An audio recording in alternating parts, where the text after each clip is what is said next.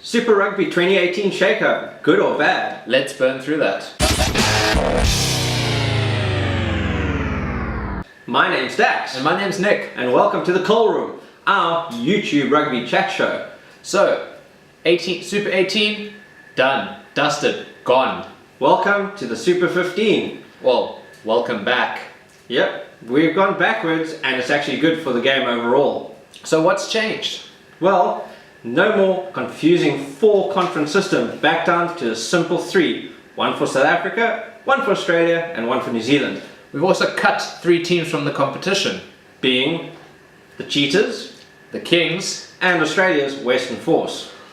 Some may argue that those were good cuts, some might say that they're actually hurting the competition.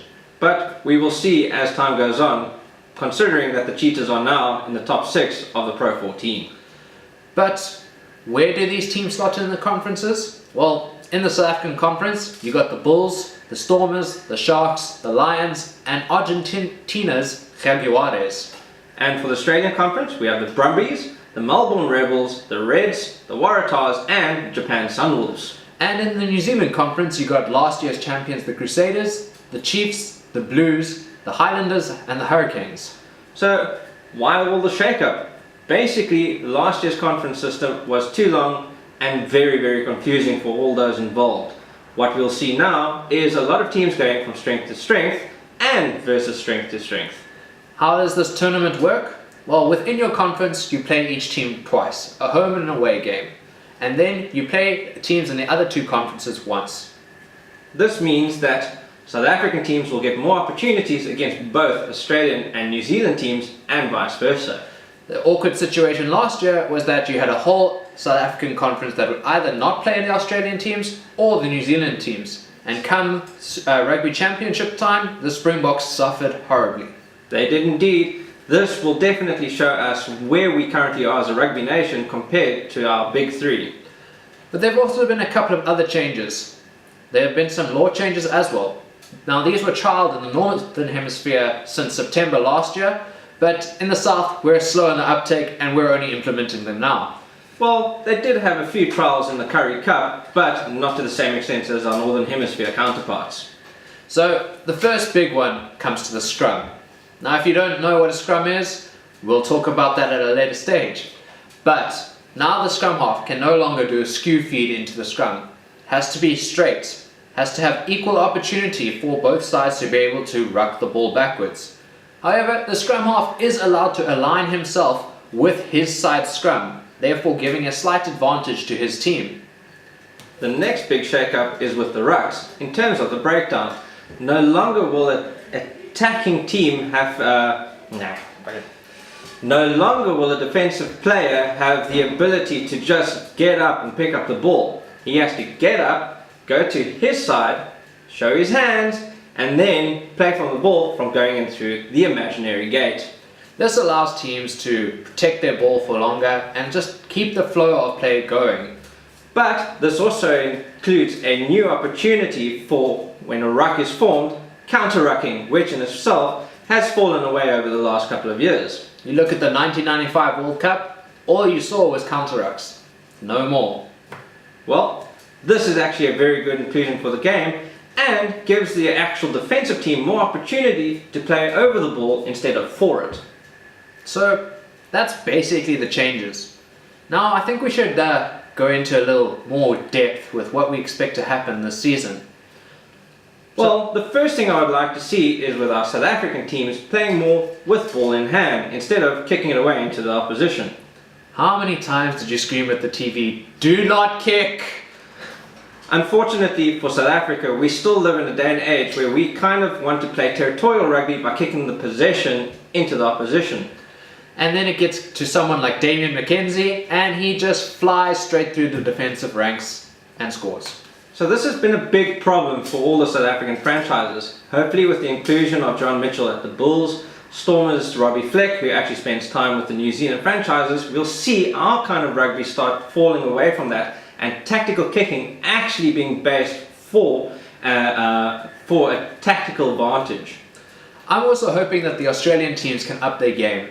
Last year, they didn't win a single match against New Zealand opposition.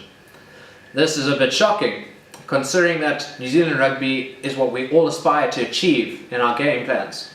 Sadly, the Australian teams have been a bit of a rubber horse at the present moment, so hopefully we'll see their players and their teams actually pick themselves up this year. It will be nice to have 3 strong conferences in like-for-like battles where it's actually 50-50 instead of the usual we expect side A to beat side B. What does need to change for the Australian teams is they need to stop their off-the-field shenanigans. We can't have the likes of Carmichael Hunt getting busted for drug possession, or talent like Quade Cooper just getting booted off for no apparent reason.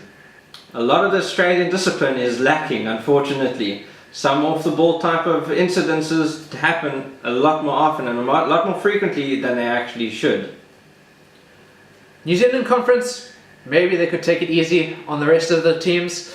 Unlikely, but we could expect some big margins when they're playing other teams. But their New Zealand derbies are going to be the big games. The Crusaders versus Chiefs, that is my pick of the battle for this season. I think the Chiefs had a strong showing last year, and Crusaders, being the champions, should hope to carry that form into the new season.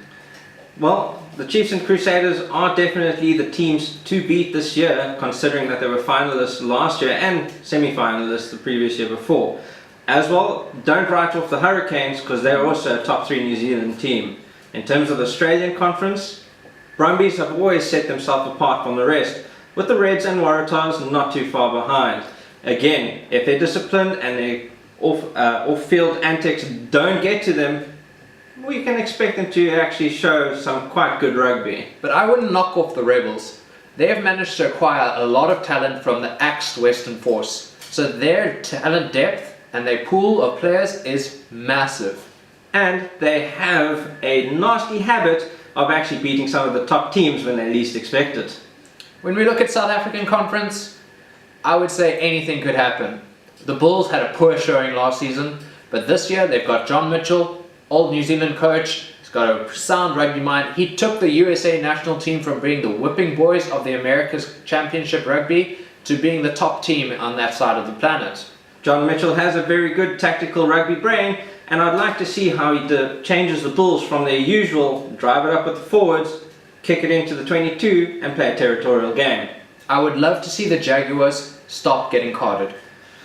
Let's talk about the dark horse, the Jaguars. A lot of them are actually built up from the Argentinian rugby team, and a lot of their core players are brought in from the Europe leagues just to play for the Jaguars. In fact, they have the policy that you cannot play for Argentina unless you play for the Jaguars.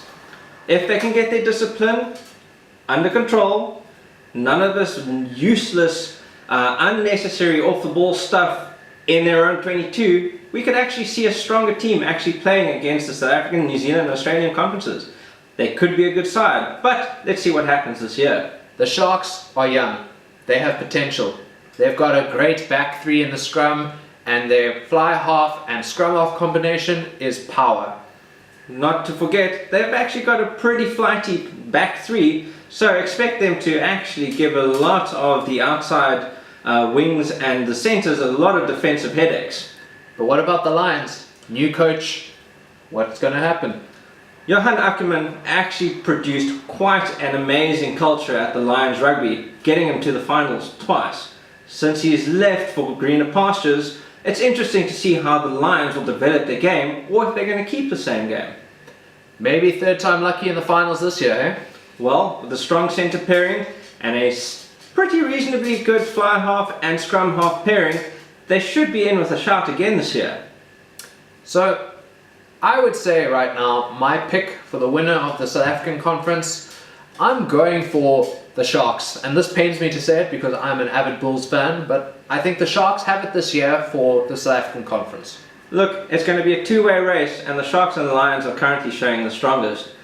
The fourth South African Conference team, the Stormers, are currently hampered with lots of injuries, having to actually announce an extended 47-player squad to fill in various gaps. One of the more key injuries would be to the Springbok captain Evan Etzebeth, also a big workhorse for the Stormers tight 5. Australian Conference, I have to go for the Brumbies again. They've done it for how many years now? 3 or 4 years?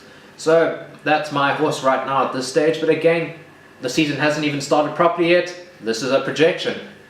The second to the Brumbies, if we're going to guess on this one, would probably be the Waratahs. They've generally been consistent over the years and are a pretty tough team to beat, especially at home. New Zealand Conference, this is the tricky one. Now, we could go with last year's champions, the Crusaders, but last time they won the Super Rugby Championship, the following season was a disaster. Let's put it to you this way. The Crusaders have a nasty habit of starting out slow in the very beginning, whereas the Chiefs, who were the finalists the year before, they generally start right out the gate with pretty impressive rugby. Don't knock off the Hurricanes though, because those Severe brothers are power. And in fact, they did end up winning the championship for the Hurricanes 2 years ago. They did. So for us, it's going to be a 3-horse race for the New Zealand Conference. It all comes down to points at the end of the day. So what's happening this week coming up? Well, only the South African teams are playing this weekend, with the Bulls having the bye, which means that they're not playing. So first up, we'll have the Stormers versus Argentina's Jaguares. I'm personally going for the Stormers on this one, even through all the injury hamperings, but I'm pretty sure the Jaguares' discipline is going to let them down. And then the Sharks versus the Lions, as we were saying just now, we don't know what's going to happen. My personal feeling is the Sharks have home ground advantage, so I would pick them to win by around 3 to 7 points. Yeah. It's going to be tight. This one's going to be a 55-45. You've got to give the Sharks on hometown advantage, and just their general play at the present moment has been impressive. So this has just been a brief kind of chat about what we feel is going to happen over the season, how the Super Rugby competition is starting off. So we hope that come next week we'll be able to sit down, actually analyze the games that we just predicted, and actually talk about what we said we were going to talk about in the last video. So in our next video we will be doing reviews of next week's matches, but we'll also be doing some little interesting things like discussing things of what is a scrum, what is a ruck, and what do we mean by centres and wings. So please like the video, subscribe to the channel, and keep commenting on what you'd like to see in the future. Thank you very much for watching. This is the Coal Room.